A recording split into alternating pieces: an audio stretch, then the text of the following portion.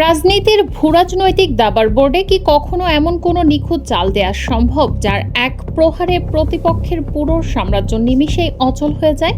একটু গভীর থেকে ভেবে দেখুন তো, গত ১.৫ দশক ধরে যে শাসক একচ্ছত্র ক্ষমতার দম্ভে একটি পুরো রাষ্ট্র পরিচালনা করেছিলেন, যার একটি মাত্র অঙ্গুলি হেলে নির্ধারিত হতো কোটি মানুষের ভাগ্য, সেই শেখ হাসিনার ফাঁসি কি তবে এবার সত্যিই সুনিশ্চিত হয়ে গেল?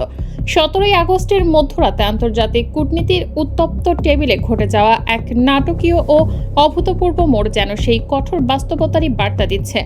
এতদিন ধরে নয়াদিল্লির সুরক্ষিত প্রাসাদ কিংবা সেফ হাউসে বসে থাকা শেখ হাসিনা হয়তো ভেবেছিলেন ভারতের রাজনৈতিক আশ্রয় তাকে চিরকালের জন্য বাংলাদেশের রক্তঝরা বিচার ব্যবস্থা থেকে বাঁচিয়ে রাখবে। কিন্তু ক্ষমতার এই নির্মম দাবার বোর্ডে প্রধানমন্ত্রী তারেক রহমান এমন এক মোক্ষম চাল চেলেছেন যা নয়াদিল্লিকে এক নজিরবিহীন এবং ভয়াবহ উভয় সংকটের খাদে এনে দাঁড় করিয়েছে।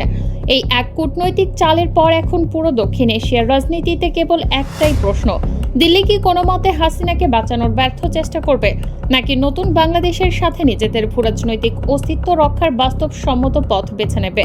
আন্তর্জাতিক গণমাধ্যমে চোখ রাখলেই স্পষ্টভাবে বোঝা যায় এই একটি সিদ্ধান্ত কিভাবে ভারতের নীতি নির্ধারণী মহল থেকে শুরু করে কূটনৈতিক করিডোরে পারমাণবিক বিস্ফোরণ ঘটিয়েছে। ভারতের শীর্ষ সারির প্রভাবশালী দৈনিক দ্য টাইমস অব ইন্ডিয়া এবং দি ইন্ডিয়ান এক্সপ্রেসের আন্তর্জাতিক পাতার চমকে দেওয়া শিরোনাম দেখে স্তব্ধ হয়ে গেছেন বিশ্ব রাজনীতি ও আইন বিশ্লেষকরা। টাইমস অব ইন্ডিয়া স্পষ্ট ভাষায় প্রকাশ করেছে যে বাংলাদেশের নতুন সরকার ভারতের মাটিতে পা রাখার আগে দিল্লির সামনে বেশ কিছু অসম্ভব শক্ত ও অপ্রতিরোধ্য শর্ত ঝুলিয়ে দিয়েছে। আর ইন্ডিয়ান এক্সপ্রেস সেই শর্তের মূল বারুদটি উন্মোচন করে লিখেছে, প্রধানমন্ত্রী তারেক রহমানের দিল্লি সফরের একটি মাত্র লাল ফিতা বা রেডলাইন হলো গণহত্যার প্রধান অভিযুক্ত শেখ হাসিনাকে অবিলম্বে বাংলাদেশের হাতে তুলে দিতে হবে। এতদিন ধরে কূটনৈতিক টেবিলে যা ছিল কেবলই খসড়া আলোচনা, তা আজ পরিণত হয়েছে চূড়ান্ত এবং আপোষহীন দর কষাকষিতে। ভারত হয়তো ভেবেছিল দ্বিপাক্ষিক বাণিজ্য, ঋণ কিংবা অন্যান্য অর্থনৈতিক সুবিধার টোপ দিয়ে নতুন ঢাকাকে শান্ত রাখা যাবে, কিন্তু তারা স্বপ্নেও ভাবতে পারেনি নতুন বাংলাদেশের রাজনৈতিক নেতৃত্ব এবার নিজেদের আত্মমর্যাদা আর সার্বভৌমত্বকে বাজি রেখে টেবিলের উল্টো পাশে বসে এমন এক মরণ চাল দেবে। কিন্তু এখানেই শেষ নয়। তারেক রহমানের এই চালটিকে কেন আন্তর্জাতিক রাজনীতির পণ্ডিতেরা এক মাস্টার স্ট্রোক বা নিশ্চিত কিস্তিমাত হিসেবে আখ্যা দিচ্ছেন তা বুঝতে হলে কূটনীতির ভেতরের আইনি ও মনস্তাত্ত্বিক অঙ্কটি একটু তলিয়ে দেখতে হবে। নয়াদিল্লি এখন মূলত এমন এক দুর্ভেদ্য রাজনৈতিক ফাঁদে আটকে গেছে যেখান থেকে সম্মানজনকভাবে বের হওয়ার প্রতিটি পথই তাদের জন্য চরম আত্মঘাতী।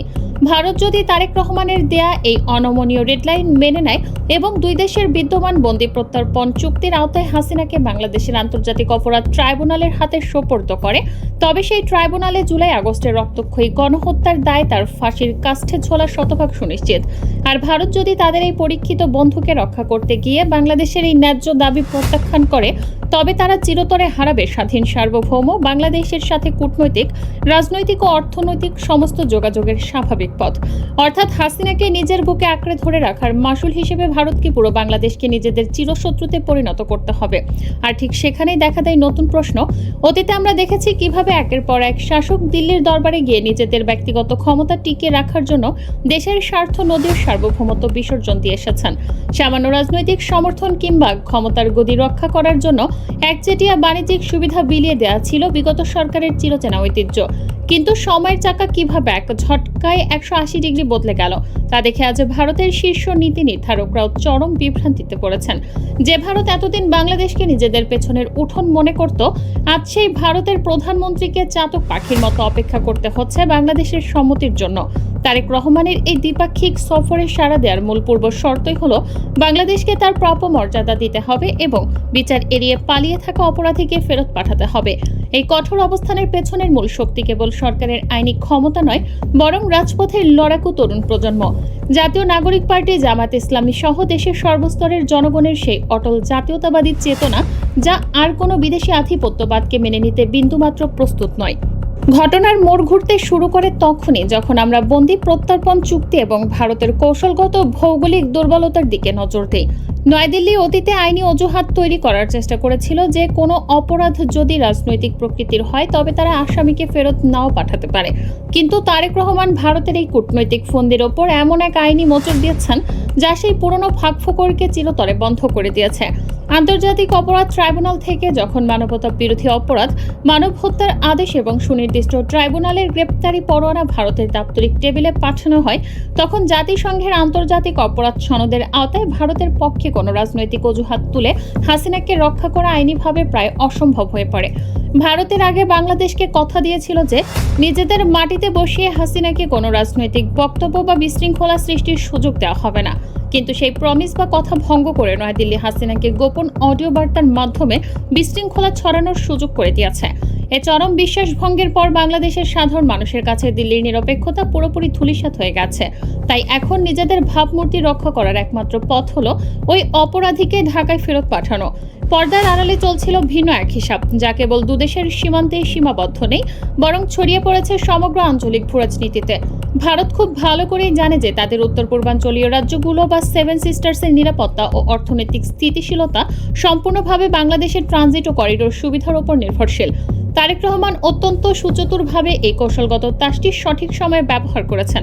যদি শেখ হাসিনাকে ফেরত না দেওয়া হয় তবে ভারতের সেই মূল অর্থনৈতিক ও সামরিক ট্রানজিট সুবিধা যে চিরতরে হাতছাড়া হয়ে যেতে পারে তা বুঝতে ভারতীয় নীতি নির্ধারকদের এক মুহূর্ত সময় লাগেনি। শুধু তাই নয়, চীন ও ব্রিক্স সম্মেলনের মতো আন্তর্জাতিক ফোরামে বাংলাদেশের স্বতন্ত্র অবস্থান নিশ্চিত করার মাধ্যমে ঢাকা সাফ জানিয়ে দিয়েছে যে একক কোনো দেশের অনুগত হয়ে থাকার দিন শেষ।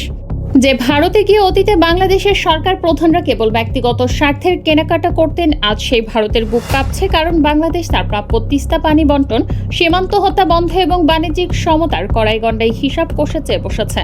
কিন্তু বিশ্ব রাজনীতিতে যখন তারেক রহমানের এই ঐতিহাসিক বিজয় উদযাপিত হচ্ছে, তখন দেশের ভেতরের চিত্রটি বেশ রহস্যময়। আন্তর্জাতিক সংবাদের এই বিশাল তোলপাড় সত্ত্বেও বাংলাদেশের মূলধারার সংবাদপত্র ও টেলিভিশন চ্যানেলগুলোতে কেন এক ধরনের কৃত্রিম নিস্তব্ধতা বিরাজ করছে তা নিয়ে জনগণের মনে তীব্র ক্ষোভের জন্ম হয়েছে। দীর্ঘ ১৩ দশক ধরে যে সকল মিডিয়া হাউস প্রতিবেশী দেশের রাজনৈতিক প্রভাবে পরিচালিত হয়েছিল, তাদের ভেতরের সেই পুরনো প্রেতাত্মারা কি এখনো সক্রিয়, নাকি তারাও ভয় পাচ্ছে যে এই সত্য প্রকাশ পেলে তাদের এতদিন গড়ে তোলা আধিপত্যবাদী বয়ান ধসে পড়বে? কিন্তু ইন্টারনেটের যুগে সত্যকে চাপাচাপি করে রাখার দিন যে অনেক আগেই শেষ হয়ে গেছে, তাই ভারতীয় গণমাধ্যমের খবরগুলোই প্রমাণ করে দিচ্ছে। বিশ্ব রাজনীতিতে তারেক রহমানের এই অবিচল অবস্থান তার এক অনন্য রাজনৈতিক ব্যাকগ্রাউন্ডের পরিচয় বহন করে।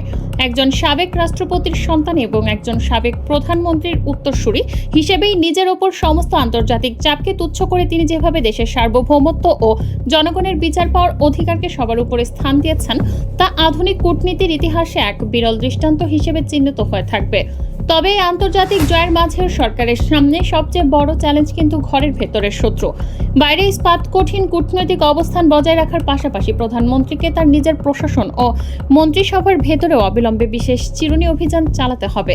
প্রশাসনের ভেতরে লুকিয়ে থাকা চাটুকার, অযোগ্য এবং পুরনো ব্যবস্থার সুবিধাভোগীদের ছেঁটে না ফেললে ঘরের শত্রুরাই এই ঐতিহাসিক অর্জনকে নস্যাৎ করে দিতে পারে। শেখ হাসিনা নয়াদিল্লির কোনো গোপন আশ্রয়ে বসে যত রূপকথার স্বপ্নই বুনুন না কেন, তারেক রহমানের এই এক দাবার চাল তার সমস্ত রাজনৈতিক ও ব্যক্তিগত ভবিষ্যৎ চিরতরে চুরমার করে দিয়েছে। ভারত যদি তাকে ফেরত দেয় তবে ট্রাইব্যুনালের কাঠগড়া পেরিয়ে ফাঁসির দড়িতে তার চূড়ান্ত পরিণতি নির্ধারিত হবে। আর ভারত যদি তাকে রাজনৈতিক কারণে আটকে রাখার বোকামি করে তবে বিশ্বমঞ্চে ভারত এক আন্তর্জাতিক গণহত্যার আসামির আশ্রয়দাতা হিসেবে চিহ্নিত হবে, যার মাসুল তাদের আগামী বহু কাল ধরে গুনে যেতে হবে। ইতিহাসের নিষ্ঠুর নিয়ম হলো ক্ষমতার অহংকারে মত্ত হয়ে যারা হাজারো নিরীহ ছাত্র জনতার রক্তে নিজেদের হাত রঞ্জিত করে, সময় তাদের কোনোভাবেই ক্ষমা করে না। আজ নয়াদিল্লির সেই বিচ্ছিন্ন ঘোড়াটপ্পের ভেতরে একাকী বসে থাকা শেখ হাসিনা কি টের পাচ্ছেন ক্ষমতার দাবার বোর্ডে শেষ চালটি ইতোমধ্যেই চাল হয়ে গিয়েছে? আর বিচারালয়ের সেই ফাঁসির দড়িটি কি ধীরে ধীরে তার গলায় একদম কাছে এসে পৌঁছায়নি? কারণ একটি স্বাধীন রাষ্ট্রের কোটি কোটি মানুষের ক্ষোভ আর রক্তের ওপর নির্মিত এই নয়া ইতিহাসে আর কোনো স্বৈরাচারের রক্ষা পাওয়ার পথ খোলা নেই।